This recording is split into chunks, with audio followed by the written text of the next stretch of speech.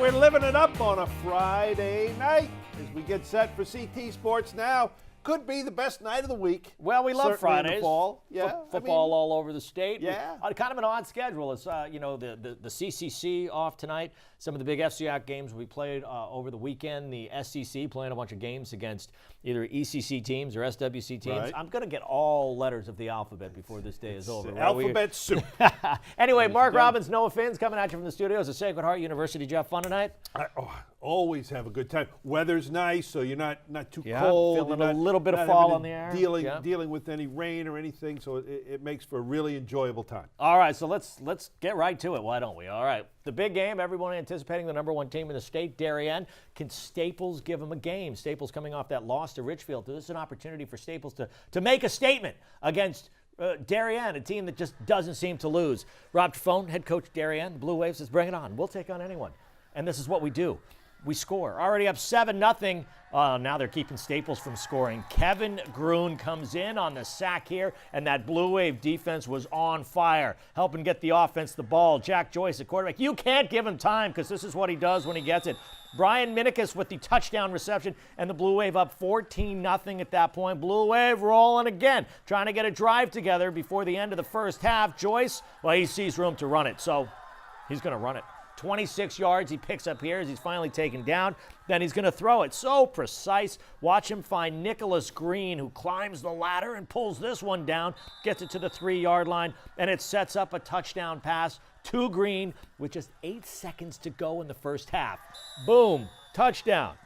And just like that, Darien is going to halftime up 20-6. Bring him out in the third quarter. A little more of the same. Going back to work. Joyce to Patrick Burke. Touchdown. That made it 26-0. When it was all said and done, Darien wins it 32-6, keeping that record unbeaten at 5-0. Next up for the Blue Wave, Fairfield Ward. Staples now at 3-2 after having won their first 3 games, having lost their last 2 to 2 very good teams, Richfield and now Darien. Will try to rebound versus Norwalk. Noah, Shelton and Newtown met last year in the Class XXL state tournament, and Shelton won that one. And they had a rematch tonight. This one in Newtown. Shelton trying to add to a 21-0 lead, but Shane Talbot of Newtown says, I don't think so. Big interception to stop a Gales drive. Later on in the quarter, it's Newtown connecting Ryan Cost to his running back, Jack Miller, and look out. 65 yards when he's done. He gets close. Later on, second quarter, Shelton still up 21-0, but Cost scrambles and finds Riley Ward. And that gets the Nighthawks on the board. It's a 21-7 game at this point. Shelton on its next possession. It's Jake Roberts to Tyler Janik. The 5-yard touchdown run makes it 28-7. The Gales are in control. Newtown played really well in the second half in this one, but the Gales were able to hold on. Big run right here. Shelton holds off the Newtown rally and gets the victory on the road. Second straight time they've beaten the Nighthawks in the last 10 months. 35-28 is your final. You know what team has been really impressive and just continues to impress week after week? What team would that be? That would be Masuk. Masuk with the game against Amity tonight, and now they just do what they do. They run the ball really well. They can throw the ball as well. They can run out on the field well with the flag. Look at them. They do everything well. Let's pick up action here. That's actually Amity running onto the field. Masuk's first play from scrimmage. You got this kid, Jack Roberts. Just give him the ball and let him go. Look at him just shedding would-be tackles, and it's 71 yards for the touchdown. This kid is special. It's 7-0. Masuk out to the quick lead and looking for more. They can throw it too. Did I mention that? Matthew Hirsch finds Michael Zuck, a little screen pass that works to perfection. He's gone. He got the blockers in front of him, and then he just lets the speed do the rest. It's a 14-0 Masuk lead. They can play a little defense too. Amity going for it on 4th down, and the Masuk defense is, really? Really you want to go for it on 4th down? Because this is what, I don't think it was a good idea. They get the ball back, and what do they do with it? Well, just give it to that Roberge kid. We saw him with a 71-yard touchdown run. He gives it 3 yards better this time. Look at him break through would-be tackles. And bye-bye, 74 yards. Did you pick him up on your fantasy team? Might be a good call to do at this point. Masuk goes on to win big, 48-10. That's why Masuk is ranked among the top 10 teams in the state out of the SWC. What are they, 8th mark? Ranked 8th in the state. I'm voting him higher this coming week because every week they just continue to impress. All right, gather round in Guilford. That's right.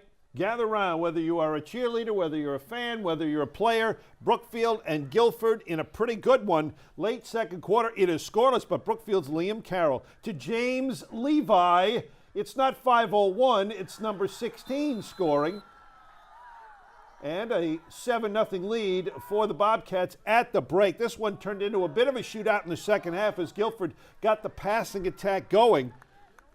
Back and forth, Brookfield and Guilford, when it was all said and done, the Bobcats come up with an impressive road win. You know, these SWC teams, they go and take on the SEC team saying we're just as good as the more heralded conference. They were certainly right in this one. A 10-point win for the Bobcats. Brookfield 31, Guilford 21. Both teams now 3-2 on the season. All right, you're talking about this SEC SWC showdown. Plenty of those matchups tonight. For a couple more of them, we bring in one of our contributors. He is a graduate of Western Connecticut State University, a graduate of the internship program right here. Now he's one of our contributors. Talking about Stephen Wasserman. How did this one go? Did the SWC live up to SEC standards in the 2 games you had here, Stephen? Well, thanks, guys. I guess there's one way to find out. First game, Pomperaug taking on North Haven. North Haven had a 3-game winning streak until they fell to Shelton last week, so they're looking to get back on their feet. The Indians are the hosts in this game. You know it's going to be a great night. The band is going. The fans are up to the task, and so are the Indians. Quarterback Mark Montano keeping it for 24 yards for the touchdown. North Haven with an early 7-0 lead. Did it on offense. They're going to do it on defense. Steve Irby for the Indians comes up with the interception. He'll run all the way across the field, and eventually he would score on the pick 6. North Haven would go up 14-0. The players got my way. They were excited. They loved it. Again, everybody really into it at this game, and Zach Orth for the Indians later on in the first quarter would run it in for the touchdown. North Haven would go up 21-0 at that point. They would run all over the Pomperaug Panthers. Your final score, North Haven 42 and Pomperaug 14. Now we go to Hamden, where the Green Dragons are hosting the Green Wave from New Milford, and sophomore quarterback Saheem Hassan for Hamden launching it deep down the sideline, and he would find John Mays for the big game, would recover the ball at the end of it, and that would set up a 1st and goal. So on the ensuing play, you got to cap it off. Of course you do. It's Josh Marshak with the short touchdown run, and Hamden cuts into the New Milford lead. New Milford still with a 14-7 advantage, but they would extend it later in the second half. Tyler Sullivan able to move the chains on 4th down, and that would set up a passing play from Sullivan making a play with his legs, and he would find his big tight end in the end zone, Matt Fish, for 6. New Milford up 21-7 at halftime. They would dominate the second half, and I mean dominate. Final score, New Milford 47 and Hamden 7.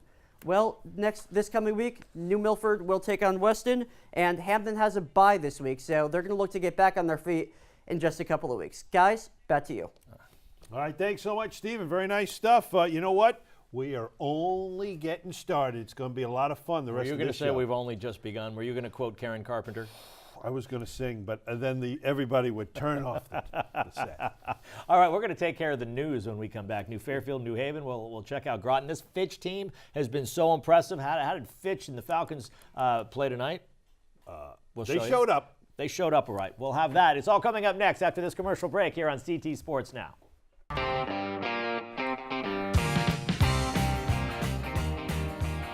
The party never ends here on CT Sports Now, where it's all Connecticut sports all the time. Mark Robbins, Noah Finns from the studios at Sacred Heart University, and it's a whole lot of high school football tonight.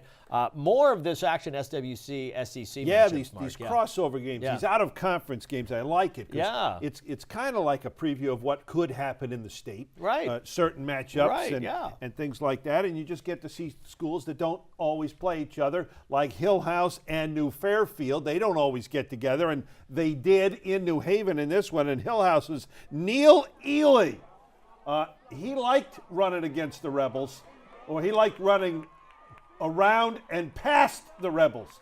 80 yards. Oh, no, he didn't. Oh, my. Impressive for Ely. A 26-0 lead. Second quarter here, Hillhouse up. And then Ely playing defense? No.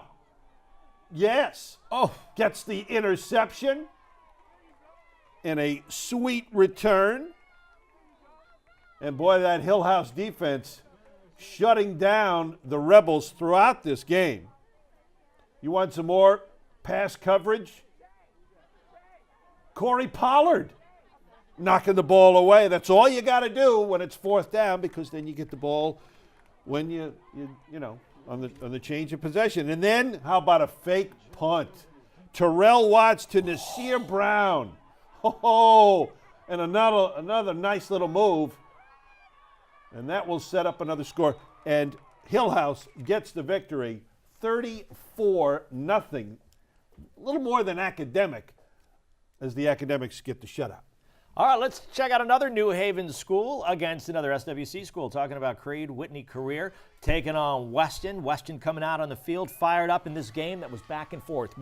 You score? Hey, I'm going to come right back and score. Let me show you what I'm talking about here. Weston's James Getz, scrambles, finds Jason Bailey.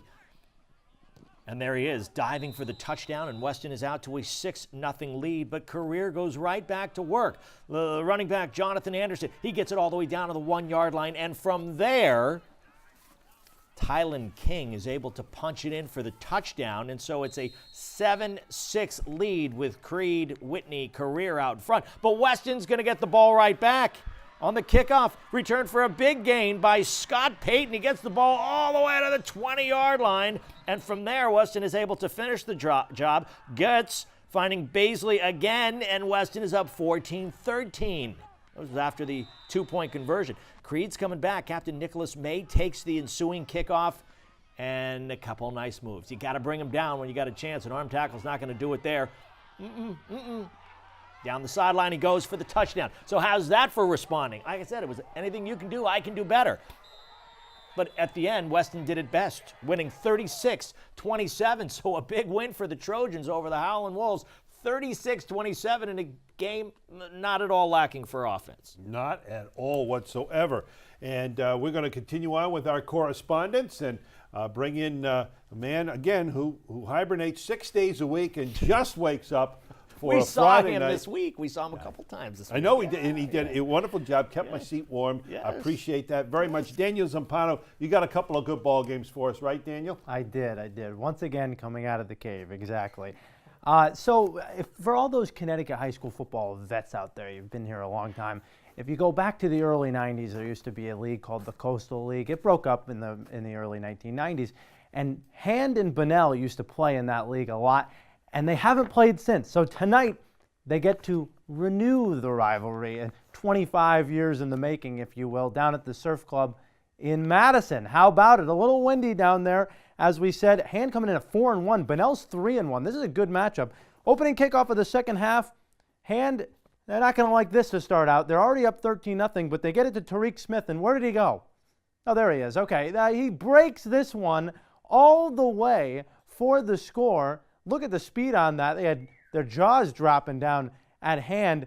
They were stunned by that. Bunnell makes it 13-6. But the Tigers would battle back. How about Chris Iannuzzi? They absolutely love this kid for one reason. Speed, speed, and speed. He goes down the sidelines, takes it to the house, and the Tigers are up 20-6. And he's going to, of course, thank his blockers for that one. Hand on defense, and this is their specialty. They force a lot of turnovers. Forcing the fumble there. Connor Castaldo coming up with it to set up this run. How about Phoenix Billings? With this creative fake option and going to go right down the middle of the defense, down to the 2. And what do you do when you get that close? You give it to the toughest, meanest guy in your team, Brian Casagrande. Middle linebacker turned fullback. Let me see what you got. Yeah, that's right. He is a man amongst boys. Hand's going to win this one 34-6 over Bunnell. Hand, they got a bye this week, so they got 2 weeks off to prepare. Bunnell is going to host Notre Dame of Fairfield next week. All right, how about one we never see? Fairfield Prep and New London. Down in New London. How about the Whalers? They are pumped up in the ECC-SCC matchup. Fairfield Prep's 4-1. New London is 1-3. Second play of the game. Incoming. Here we go. Come in, Star Command. Jacob Commander finding Gio Lopez. And he says, I hear you loud and clear. Let me break off this tackle and take it for 6. And the second play of the game, what is this? New London goes 78 yards for the score, and it's 8-0. They're doing backflips for this, for crying out loud. How about Fairfield Prep, though? They had to stand up on defense, and they would. Austin Vallis and Zach Sheehan going to lay the hammer down on the quarterback, get the sack, and Prep would get the ball to start the second quarter. Big 4th and 12 here. They're cooking. They're looking for Phil DeJesus, and no call on that. Tajuan Yard-Moore getting the nice pass defense. But the very next play, the Jesuits would finally go on the board with this. Tyrese Summers, take it, big fella. Take it for 6. He's going to go to the house. Pick 6. Fairfield Prep, it was tight in the first half, but they're able to get it done in the second half. 36-16, the Jesuits on top of the Whalers. And once again, Prep will be on the bye next week. New London doesn't get any easier for them. They get a team we never get to see. It's Killingly they get to go up to. That's a tough team to play coming off of this. So they dropped to 1-4. But you know what? You never know. Big things hopefully going to happen for the rest of tonight here on CT Sports Now. Guys, back to you. Well done, Dan. You know this Casa Grande kid from he's Daniel a dude. Ham? I'd love to see him go to Michigan. How funny would that be? Casa Grande playing in the big house. I see. I didn't catch that. See, bilingual. There he is, right there. I wanted to see Fitch. I want to see Fitch. I told you they showed up. They showed up at Branford, and the Hornets, well, they were pretty good hosts. Let's take a look at some of the highlights in this one. Here comes Branford trying to do what it could. Fired up and ready to take on these undefeated Falcons. First opening kickoff. A forced fumble, and Fitch recovers. See, that's being a good host. You give to your guests. 2 plays later, Hollis Scott said, you know what, thanks for the gift. I'll take it in and make it a 7-0 game. The Fitch defense was terrific. Here's another forced fumble, and Nick Helbig making a big play with the recovery. And Scott, again, this is a physical running back. He busts through and scores on an 18-yard jaunt. It was 14-0 at this point. Fitch scored a lot in this one. How about more than 70 as we hit the scoreboard?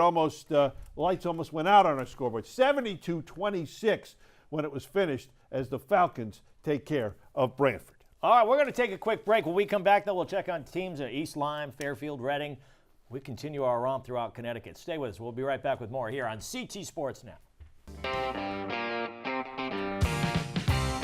Oh, yeah, we're back. CT Sports Now on Vantage Sports Net. More high school football to get to. You know, we devote much of the rest of the week to all of the other sports. A lot of high school sports here. Friday nights, though, we got a lot of high school football, and we have more for you. Let's get right to it. And I'll take matchups you don't always see for 500, Alex. How about East Lyme and Joel Barlow? That's right, Falcon fans watching a fabulous game. How about a 14-all game in the fourth quarter? East Lyme's Corey Sulemi on the rollout. Finds his receiver, Isaac Tomlin. That's a big 35-yard gain. Oh, my goodness. Running over people. Later on, Sulemi to Sam Hyman. And that's going to produce a touchdown. Got in just inside the pylon. It's a 21-14 lead for the visitors. Next kickoff. Oh, no, he didn't. That's Aaron Stillman. 90 yards for Joel Barlow.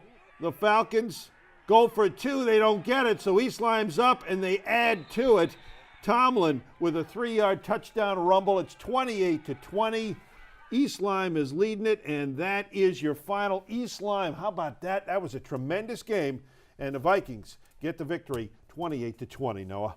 Wow. All right, let's go back to the FCAC. We had an FCAC matchup to start this program off with Staples and Darien. Let's check in with Brian McMahon and Stanford. This game played in Norwalk, and here they come, homecoming for the Senators. You want to win these games. Stanford up 6-0 already. Terry Forrester makes it 12-0 when he finds pay dirt here on the little 5-yard run. Senators respond, though.